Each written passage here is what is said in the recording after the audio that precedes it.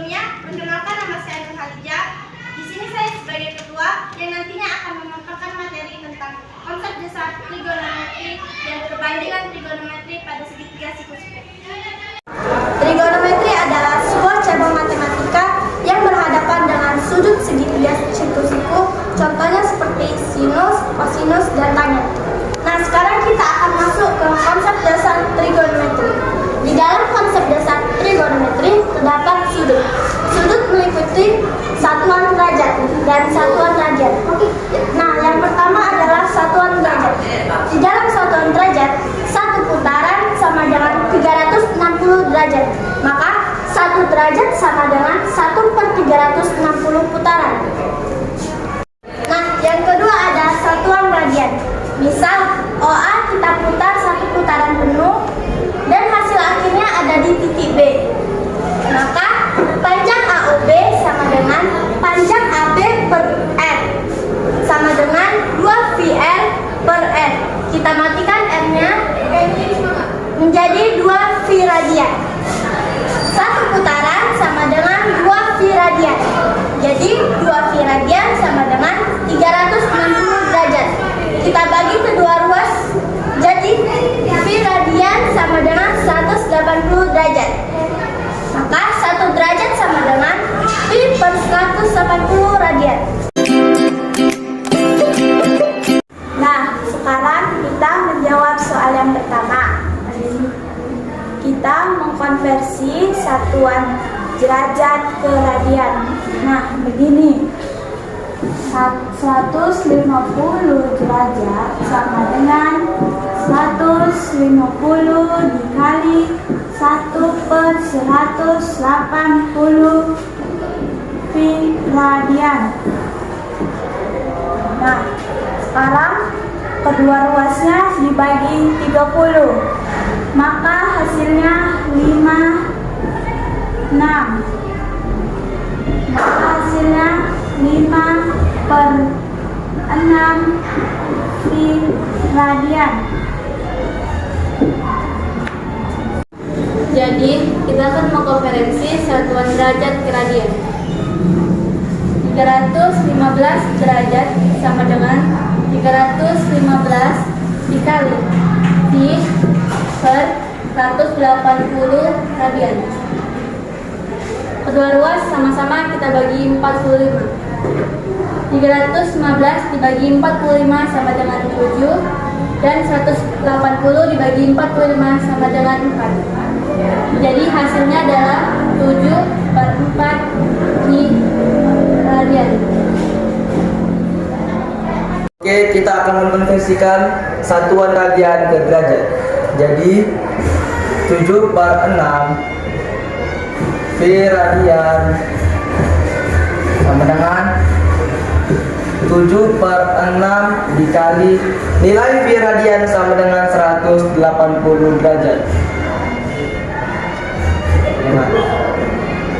Nah, sekarang 180 dibagi 6 sama dengan 30. Jadi sekarang 7 dikali 30 sama dengan 210 derajat. Kita akan mengkonversikan radian ke derajat. Besar sudut 9/4 V radian sama dengan titik-titik derajat. Sebelum kita mengkonversi radian ke derajat, kita harus tahu dulu bahwa nilai dari V radian sama dengan 180 derajat. Maka penyelesaiannya di sini adalah 9/4 dikali dengan 180 derajat. 180 derajat jika dibagi dengan 4, maka hasilnya adalah 45. Di sini kita akan mengalihkan 9 dengan 45. 9 dikali 45 hasilnya adalah 405 derajat.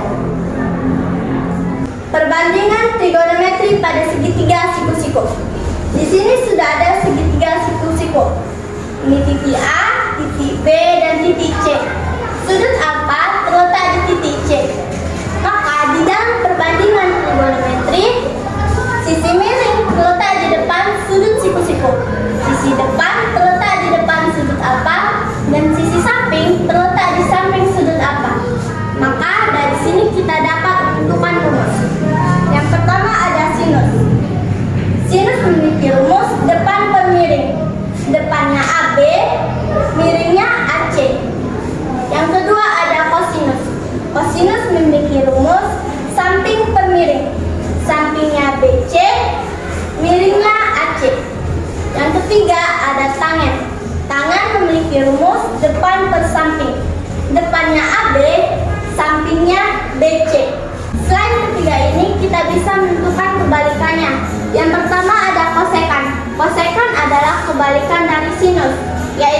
miring ke depan.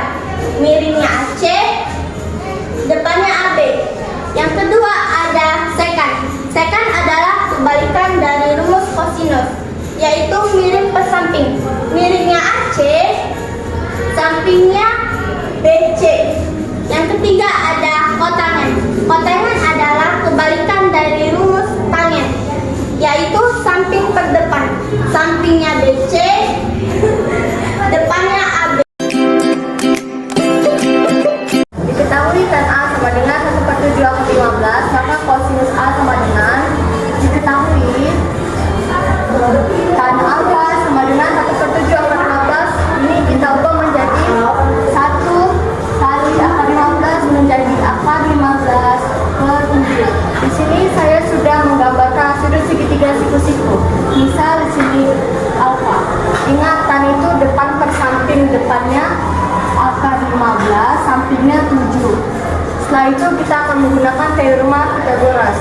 Akar 15 dikuadratkan menjadi 15 ditambah 7 dikuadratkan menjadi 49 sama dengan akar 15 ditambah 49 sama dengan 64. Akar 64 sama dengan 8. Diketahui tan A sama dengan 2/3, maka sin A kali cos A sama dengan, nah di sini sudah ada segitiga siku. Nah di sini sudut A-nya. Tan itu kan depan samping, jadi depannya 2, sampingnya 3. Untuk mencari sin dan cos, kita harus mencari sisi miring terlebih dahulu. Untuk mencari sisi miring, kita menggunakan rumus Pythagoras. 2 ini dikuadratkan menjadi 4, 3 dikuadratkan menjadi 9, maka hasilnya akar 13.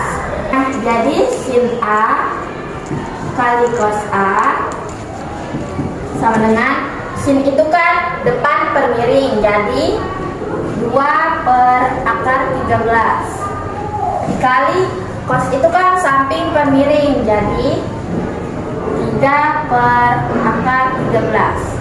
Pembilang dan penyebut sama-sama dikali, jadi hasilnya 2 kali 3 sama dengan 6. Akar 13 kali akar 13 jadinya 13. Oke, saya akan menjawab soal berikutnya. Diketahui tan alfa, rumus tan alfa depan per samping, depannya P, sampingnya Q. Lalu ditanya cos alfa. Rumus cos alfa sama dengan samping per miring. Sampingnya Q, miringnya belum diketahui. Untuk mencari sisi miring, kita menggunakan Pythagoras.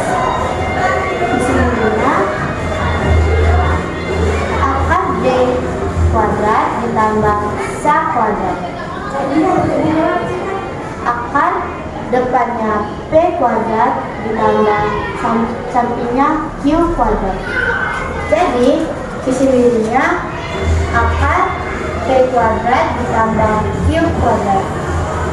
Jadi di sini sisi miringnya akar P kuadrat ditambah Q kuadrat.